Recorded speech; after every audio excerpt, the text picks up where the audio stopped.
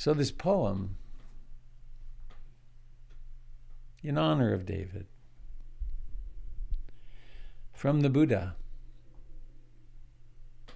Thus should you look upon this changing world.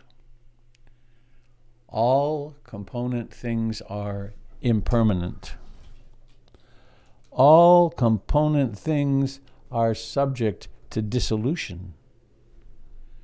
See all of this world as a star at dawn, a bubble in a stream, a flash of lightning in a summer cloud, a flickering lamp, a phantom, and a dream. Thus, from 2,600 years ago, a perennial truth. Thus should you look upon this changing world. All component things are impermanent. All component things are subject to dissolution. See all of this world as a star at dawn, a bubble in a stream, a flash of lightning in a summer cloud, a flickering lamp, a phantom, and a dream. And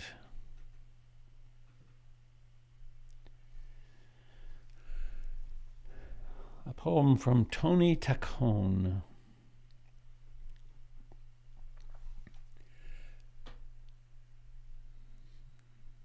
This then is what we're given, 10 or 20,000 days, wherein we watch a billion leaves born, then blush, fall, turn to earth, to silt, to ash, so soft it will not bear a name.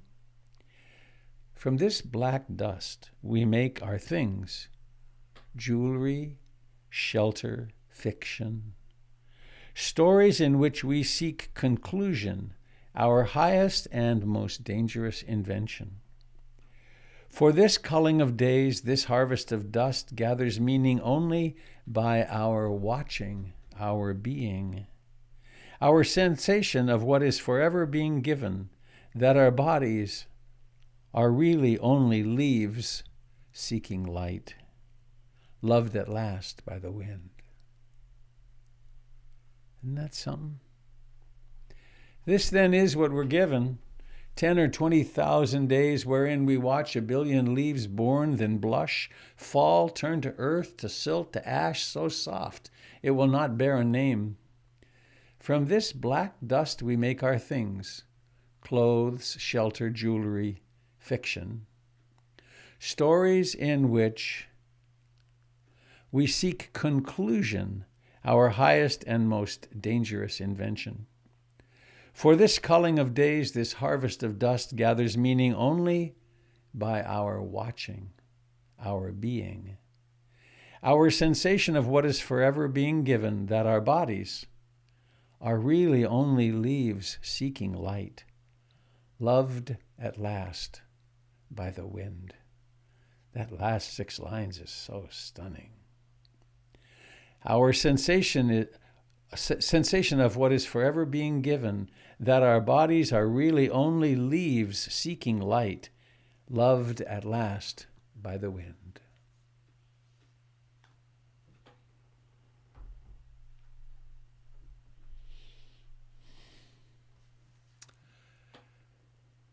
So David is giving all of us the extreme gift of disappearing. The great teaching. We appear, live our life, and then vanish.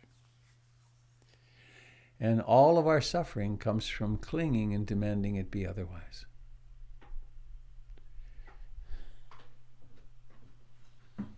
And to support us on the journey,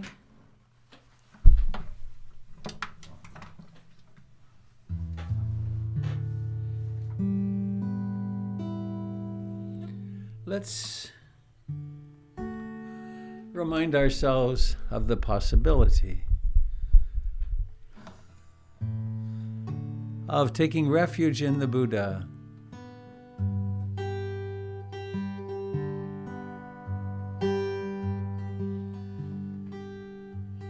of remembering to be awake, that in us which is the Buddha, taking refuge in the Dharma of the way things actually are, impermanent, and in the Sangha, the community of life of which we are an integral part.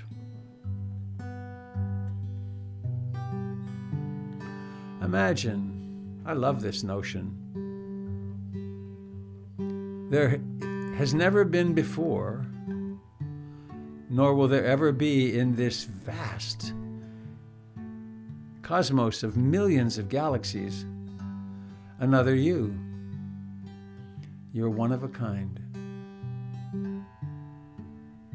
Tinier than a dust speck, and the most important thing in the universe. I take refuge in the Buddha, the one who shows me the way in this life. Namo Buddhaya, Namo Buddhaya, Namo Buddhaya.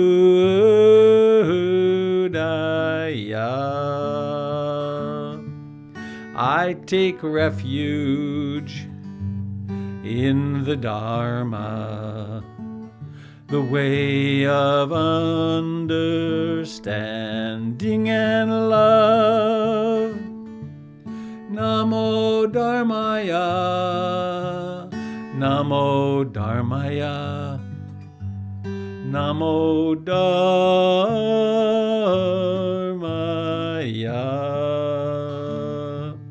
I take refuge in the Sangha, the community of mindful harmony.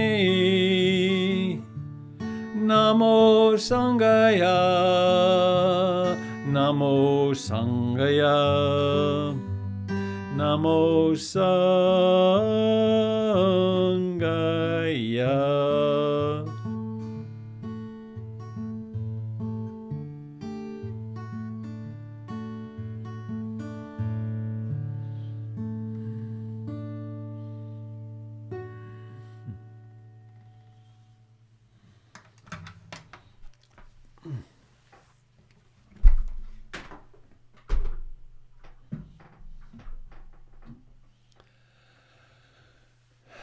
A technical comment, I think, that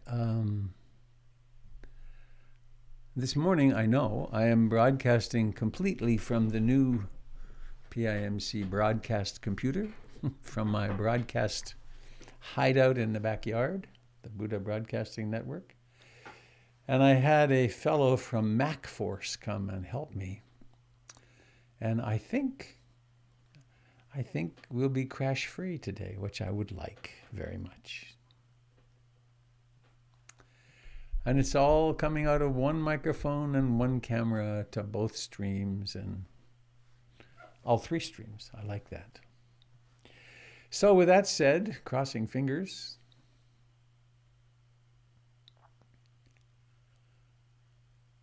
let's do perhaps the most important thing we'll ever do in our lives.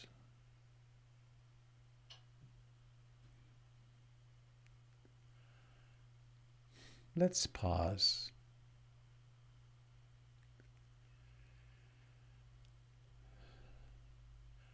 Let's notice that we're capable of being aware.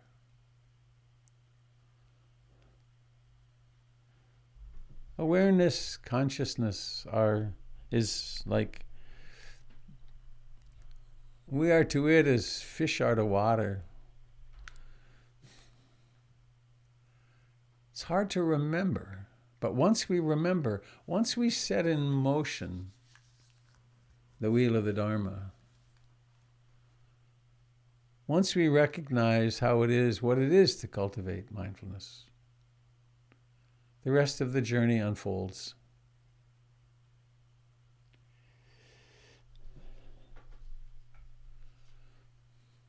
10 or 15 years ago, before mindfulness was everywhere, I offered continuing education workshops for mental health professionals. About 300 to 400 of them here in Portland came and did at least a day with me. And one has to have learning objectives for such things, for credit. And my primary learning objective was for each person to have a moment of mindfulness, to realize what mindfulness is. Because once we realize, it's just a matter of remembering. So right now, notice that the body is sitting. Or if for some reason you have to be lying, I'm going to turn you off. You can do this. We must learn to do this in every posture. So sitting upright, being aware of the contact of the body with the cushion or the chair, the actual contact.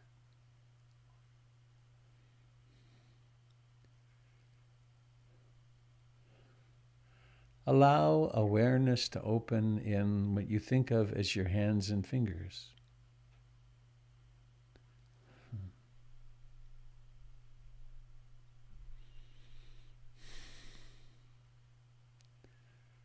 They are life, aren't they?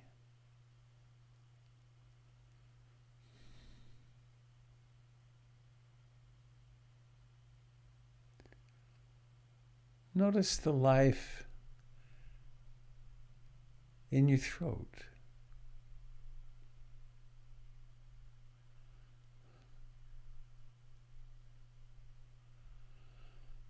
In your face.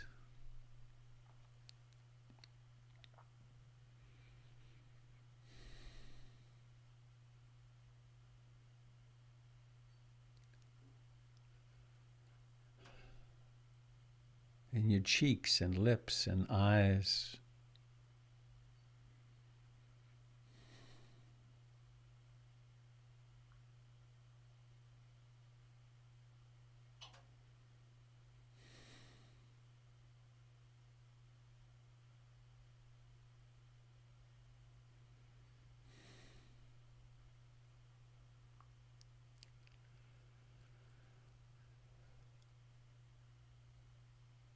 It may be possible to allow awareness to soften and open, to include the whole, the entirety of your body.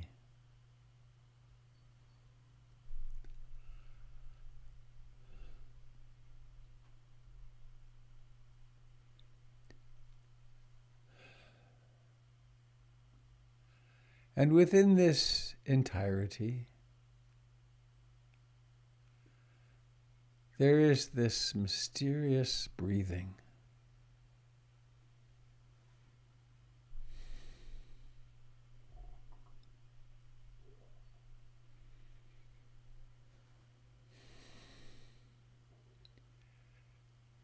This breathing is one of the links that connects you intimately, ultimately,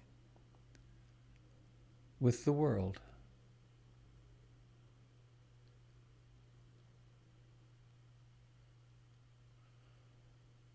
We have these green partners with whom we are inexorably linked.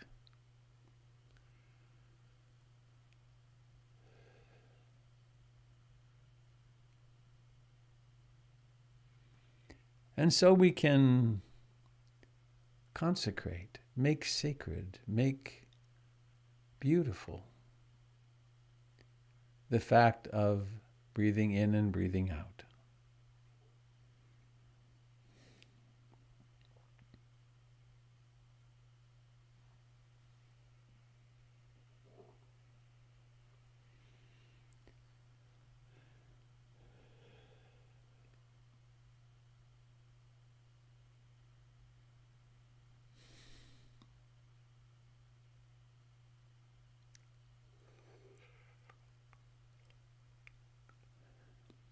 And just like every note of the music, just like every lifetime, each breath has a beginning.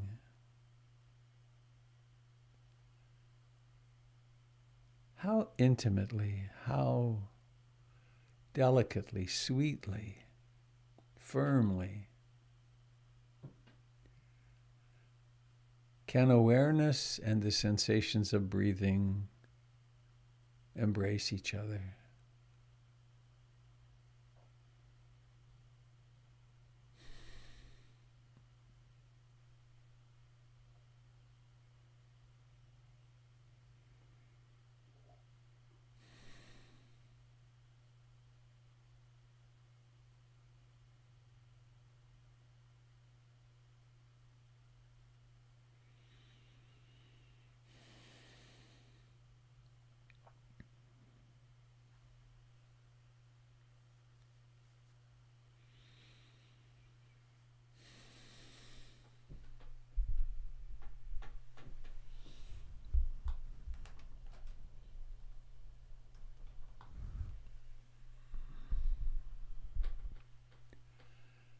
Of course, there is the fact of the wandering mind. The mind of wanting, desiring, craving, the mind of rejecting and aversion, hatred, the mind of restlessness, agitation, and worry, and planning.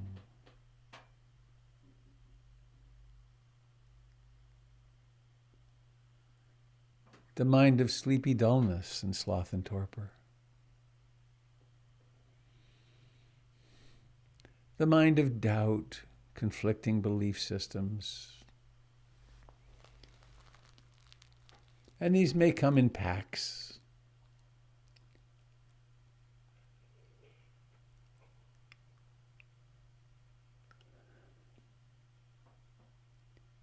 And our task is very simple.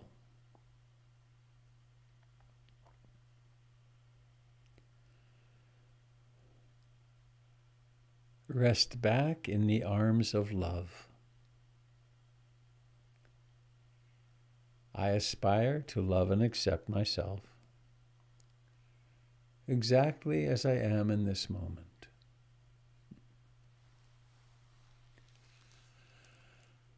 When you discover yourself to be hurting, struggling, suffering in any way, from very mild to the extreme suffering that we're capable of,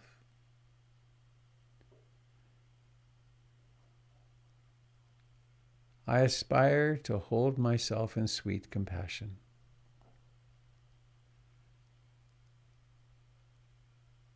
And so we create a context in which it is possible to be fully who we are. At least who we think we are. How we manifest in the world.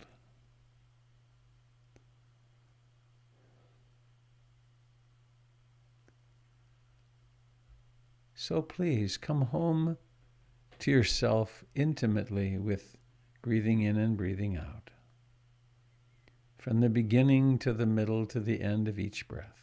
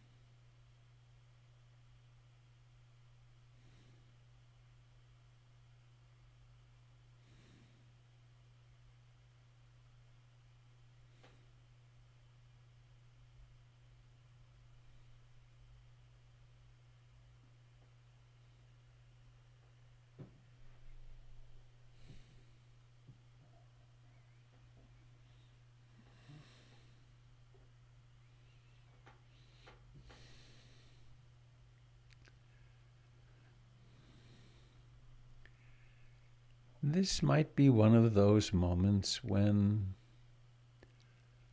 mindfulness remembers to be present almost continuously. There may be episodic fallings into the trances of daily life, of personality. Or this could be one of those moments of life when there's a lot of uproar,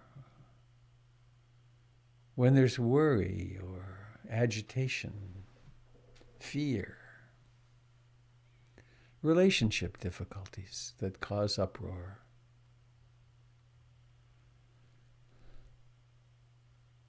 Neither is better. One is more pleasant.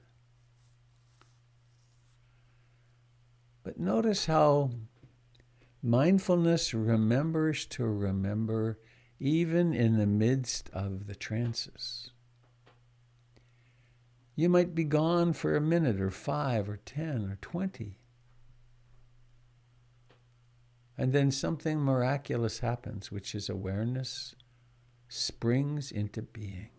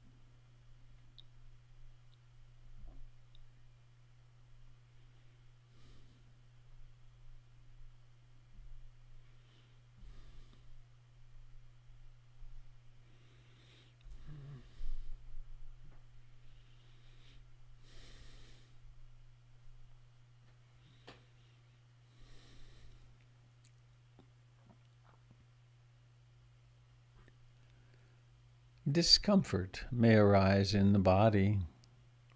It certainly will if we stay here for long. And discomfort isn't a mistake either. If we're going to have a material body, it's going to have discomfort. It's also going to have pleasure.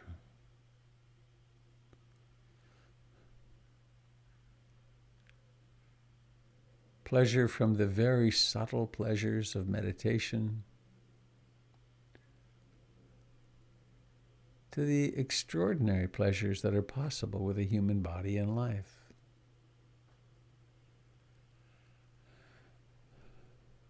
And they too dance to the tune of impermanence.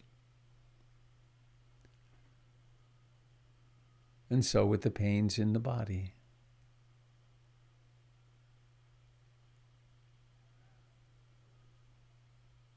If pain becomes predominant, and some of us have chronic pain, so it can be quite predominant, then we take that very sensation of pain as our meditation object and go deeply into it, embrace it fully. I aspire to love and accept myself exactly as I am this moment.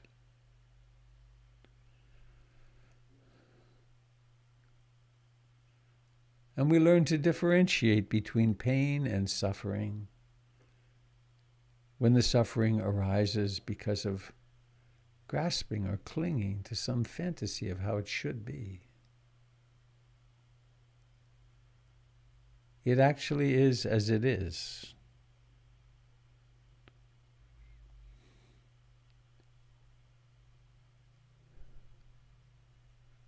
And so we come home to the sensations of in and out breathing,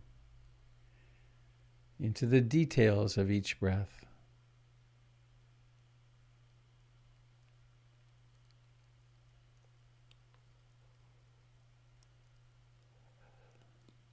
Coming to ease in breathing in and breathing out.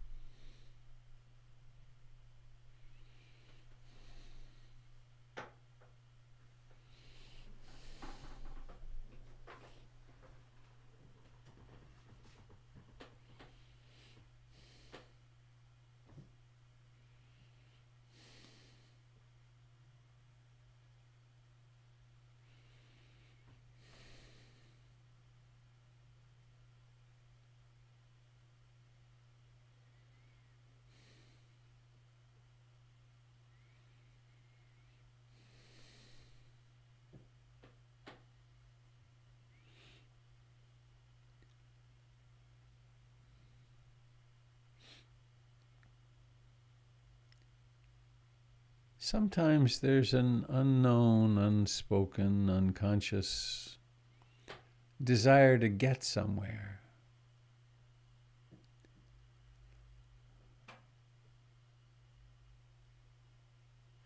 What if it's really true there's nowhere to get to?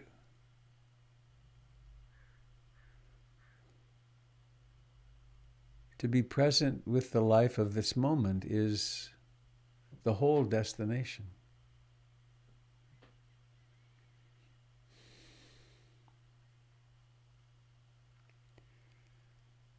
What if true, utter contentment only can possibly exist now? What a relief.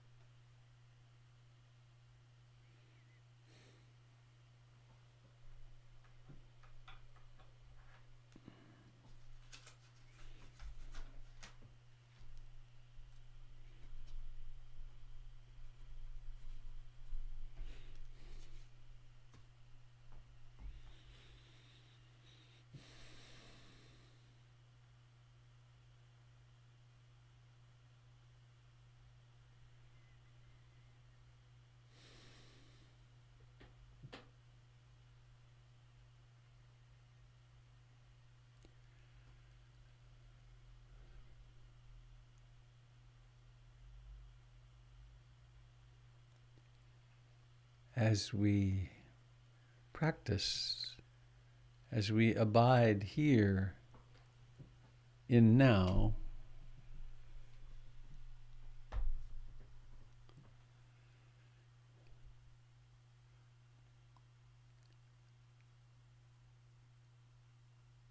we can experience firsthand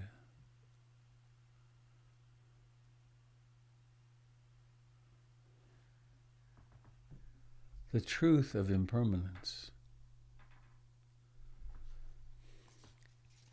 It's not just an idea, just a concept.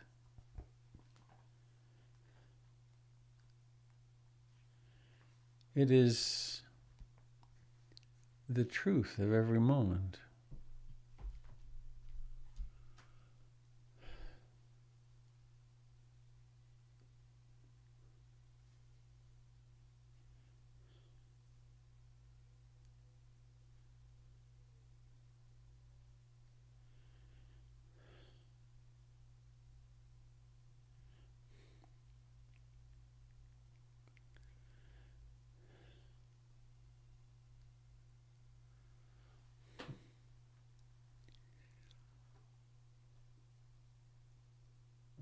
Thus should you look upon this changing world. All component things are impermanent. All component things are subject to dissolution. See all of this world as a star at dawn, a bubble in a stream.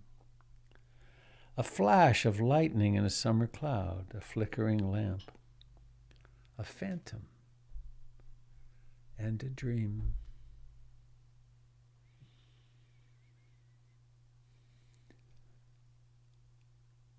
And the breath is born, lives its in-breathing, its out-breathing, and then it's gone.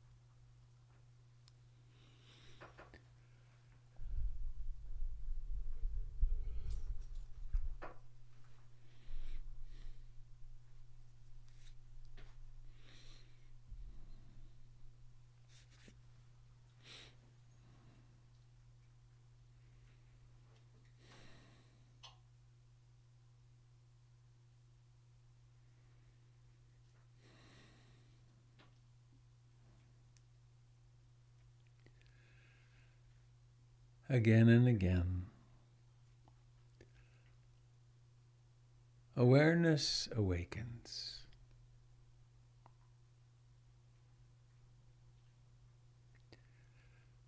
This right now is the moment of your awakening.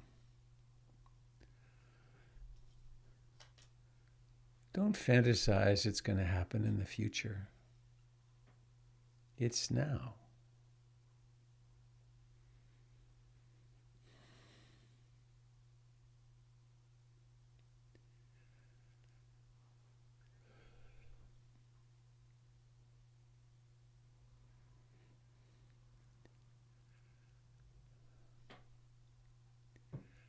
And let us add to each in-breath a prayer or a wish or a visualization. May I be happy.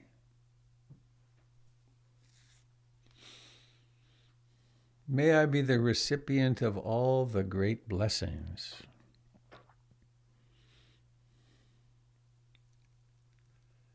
May I be free from attachment to fear and danger.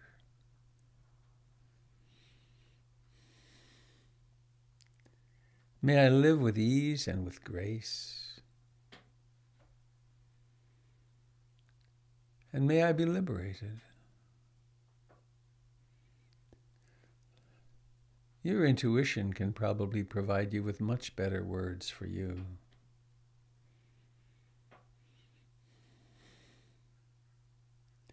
One way of practice of loving kindness and compassion meditation is to get a set of 3 or 4 phrases and then practice them until they become luminous for you, until they become handholds, guardrails, inspiration. Or maybe it's a visualization of a golden or white light filling your heart. Maybe it's a tiny little Buddha shaped exactly like you filling your heart. Radiating up into your body and down into your body, your deepest blessings for yourself.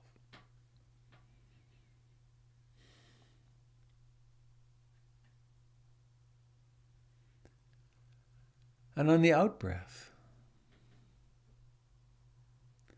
perhaps from this same golden Buddha at the center of your heart, this golden Kuan Yin or Mary or whoever it is, however archetypally you construct it, your heart becomes a radiator. On the out-breath, pick someone. May this person be really happy.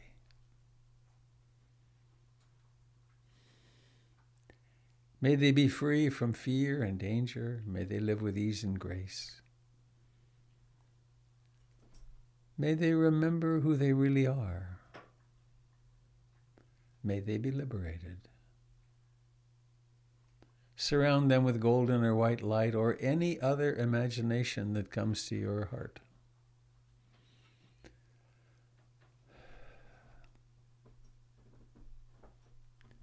We are resting, as Ruth Denison put it. Rest in the beauty of your being. Love on the in-breath, love on the out-breath.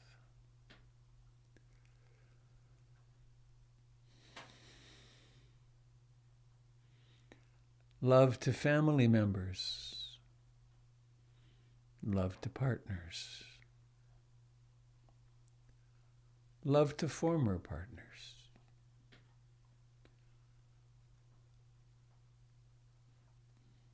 Love to people on both sides of the great political divides of the world.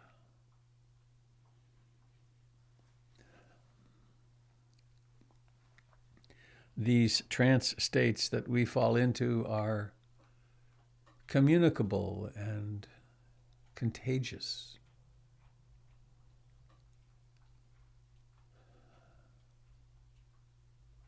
Whole social movements can be built on delusions. Routinely are. But right here at the center of your own heart, there is this most mysteriously powerful thing in the universe: love and mindfulness. And so through you, in this moment, that comes into the world. And on the way through, you receive it all too.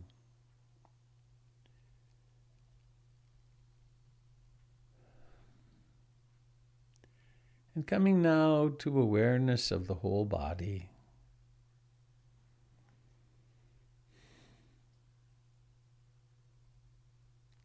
Allowing the whole body to be aware of itself.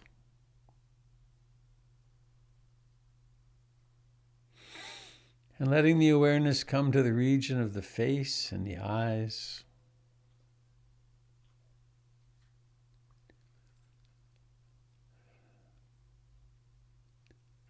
And notice the intention. to do the work of opening the eyes. And then notice when that happens, and perhaps on the way back to the seeing world, remember to bring some blessing, some gift, some phrase. May you be really happy. May you feel safe.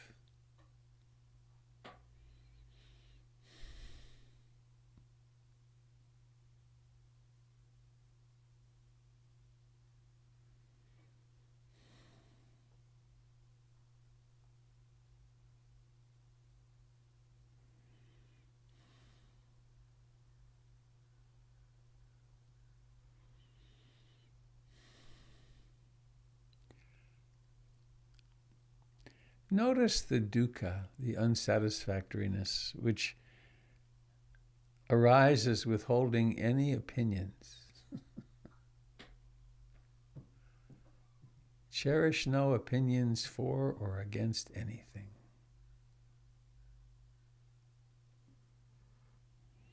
In fact, I'm going to indulge myself and read the first stanzas of the third Chinese